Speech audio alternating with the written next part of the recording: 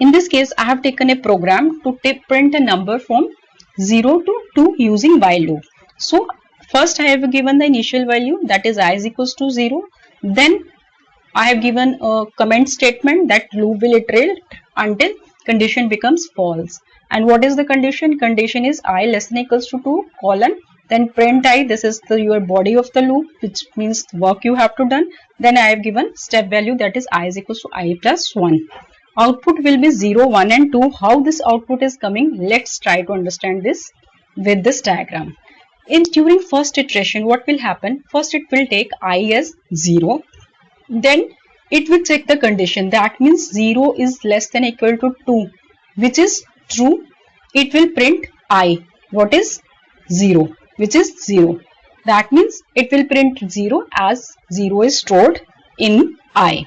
Printing 0, it will add 1 to I, that means now I will become 0 plus 1, that is I will become 1.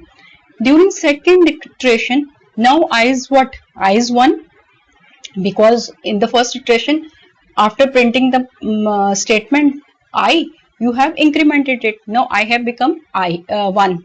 It will again check the condition, that means I less than equals to 2, which is again true. It will print what? 1, as 1 is stored in I.